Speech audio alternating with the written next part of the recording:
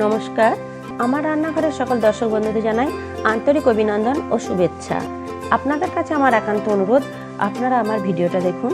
যদি আপনাদের ভালো লেগে থাকে তাহলে অবশ্যই একটা লাইক দেবেন, শেয়ার করে অপরকে দেখার সুযোগ করে দেবেন, আর পাশে থাকা বেল আইকনটি প্রেস করবেন। তাহলে আমার নতুন ভিডিও আপলোড করার সাথে সাথে তার নোটিফিকেশান আপনারা পেয়ে যাবেন। আর নিত্য নতুন রেসিপির আপডেট পাওয়ার জন্য অবশ্যই আমার চ্যানেলকে সাবস্ক্রাইব করবেন প্লিজ। চলুন তবে রান্নায় ফিরে আসি। আজ আমি আপনাদের কাছে নিরামিষ পটল আলুর রসা বানিয়ে দেখাবো। এটা আপনারা গরম ভাত, রুটি, লুচি, পোলাও সব কিছুর সাথেই পরিবেশন করতে পারবেন। আর আমি এই নিরামিষ পটল আলুর রসা বা পটল আলুর দম বানানোর জন্য আমি দুটো আলু এইভাবে ডুবো ডুবো করে কেটে রেখেছি।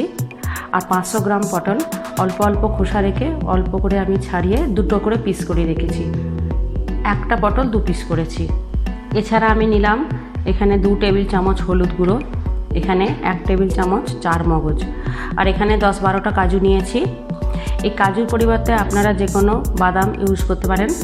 আর এখানে 1 টেবিল চামচ টমেটো কেচাপ নিয়েছি। এই টমেটো কেচাপের পরিবর্তে আপনারা টমেটো কুচিও ব্যবহার করতে পারেন। আর এখানে 1/2 টেবিল চামচ গরম মশলা গুঁড়ো, এখানে 1 টেবিল চামচ গাওয়া ঘি, এখানে 1 টেবিল চামচ ধনে গুঁড়ো, আর এখানে 1 টেবিল চামচ জিরে গুঁড়ো, এখানে 1 টেবিল চামচ কাশ্মীরি লঙ্কা গুঁড়ো, আর নিয়েছি 1 টেবিল চামচ আদা বাটা, আর এখানে প্রায় 3 টেবিল চামচ টক দই নিয়েছি। এছাড়া এখানে 2টো তেজপাতা, 4টে এলাচ, 4টে লবঙ্গ, 1 টুকরো দারুচিনি নিয়েছি। এছাড়া এখানে চিনি আর নুন আর সর্ষের তেলে আমি রান্নাটা করব। প্রথমে চার মগজ আর কাজু বাদামটা আমি পেস্ট বানিয়ে নিয়েছি। প্রথমে কড়াইয়ে সর্ষের তেল দিয়ে তারপর পটলগুলো দিয়েছি, আর অল্প সামান্য হলুদ দিয়ে দিয়েছি, আর অল্প সামান্য নুন দিয়ে ভালোভাবে পটলটাকে ভেজে নেব। পটলটা ভাজা হয়ে গেছে, এবার আমি পটলগুলো আস্তে আস্তে তুলে নিচ্ছি। পটলটা ভাজা হয়ে গেছে, আমি তুলে নিয়েছি। এবার ওই একই তেলের মধ্যে আমি দিয়ে দিলাম আলু। আলুটা তো আমি অল্প সামান্য নুন আর হলুদ দিয়ে ভালোভাবে আগে প্রথম ফ্রাই করে নেব।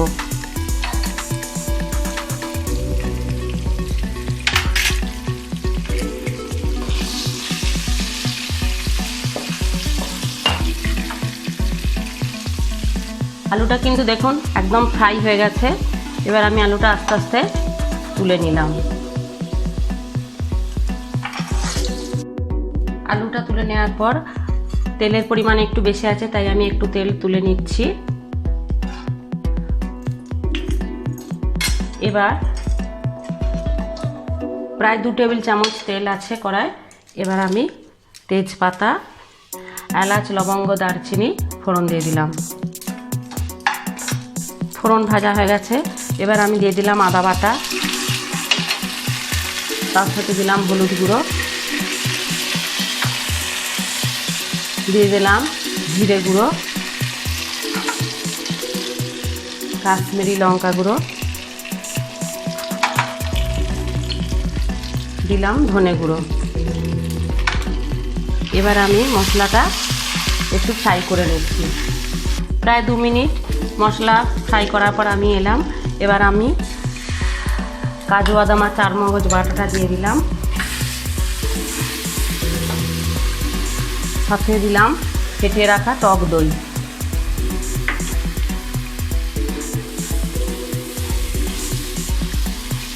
আবার আমি মশলাটা একটু কষিয়ে নিলাম। দিলাম 2টো কাঁচা লঙ্কা, এটা আমি দেখাইনি, সরি। এবার দিলাম টমেটো কেচাপ।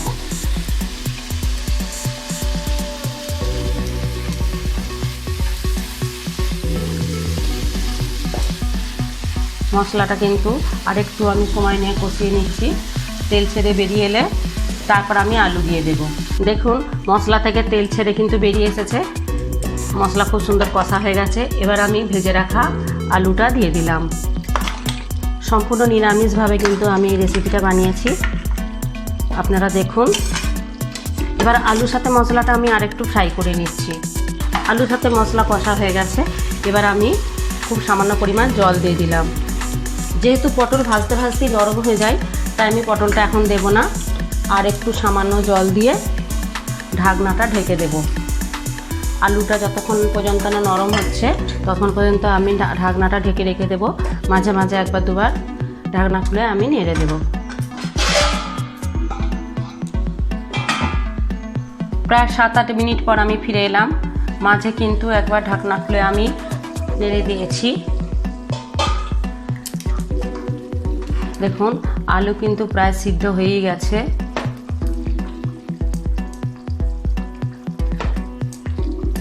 আলু প্রায় সিদ্ধ হয়ে গেছে।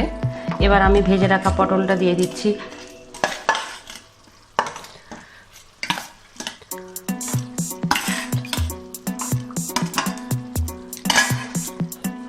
ভেজে রাখা পটলটা দিয়ে দিলাম। আর খুব সামান্য পরিমাণ নুনটা আমি দিচ্ছি। আপনারা অবশ্যই যে যা নিজের স্বাদ মতো নুন আর মিষ্টিটা দেবেন। যেহেতু টক দই দিয়ে রান্না তাই একটু আমি চিনি দিয়ে দিলাম। আর তাছাড়া নিরামিষ রান্নায় খুব সামান্য পরিমাণ চিনি দিলে ভালো লাগে। আবার আমি ঢাকনাটা 2 মিনিটের জন্য ঢেকে আবার 2 মিনিট পর আমি ফিরে এলাম। একদম তৈরি হয়ে গেছে নিরামিষ পটল আলু রসা। দেখুন আলু কিন্তু একদম সিদ্ধ হয়ে গেছে। এবার খুব সামান্য পরিমাণ গরম মশলা গুঁড়ো দিয়ে দিলাম আর একটু ঘি ছড়িয়ে এবার আমি গ্যাস বন্ধ করে দেব। খুব সিম্পলভাবে আমি যেভাবে রান্না করি নিরামিষ রান্না পটল আলু তরকারি আমি সেভাবেই কিন্তু রান্না করেছি। আপনারা করে দেখুন, নিশ্চয়ই আপনাদেরও ভালো লাগবে।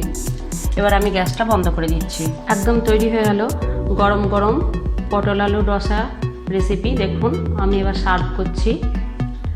কত সুন্দর গ্রেভিটা হয়েছে দেখুন। সম্পূর্ণ নিরামিষভাবে আমি এটা বানিয়েছি। আপনারা অবশ্যই বানাবেন। আর কেমন হলো লাইক বা কমেন্টসের মাধ্যমে অবশ্যই জানাবেন। শেয়ার করে অপরকে দেখার সুযোগ করে দেবেন। আর এরকমই অন্যান্য রেসিপি পাওয়ার জন্য অবশ্যই আমার চ্যানেলকে সাবস্ক্রাইব করবেন।